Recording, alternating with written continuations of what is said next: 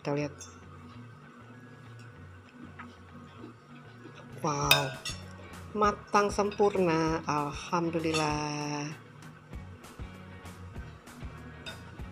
Nih ya. Pokoknya kita didihkan ya, kita masukkan ikannya.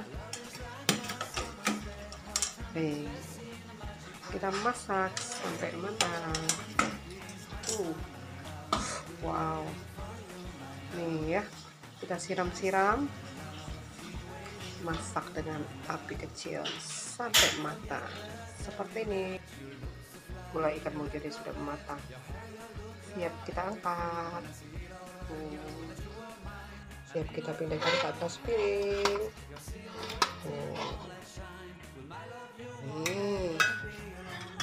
Wow, kepala ikan mujair.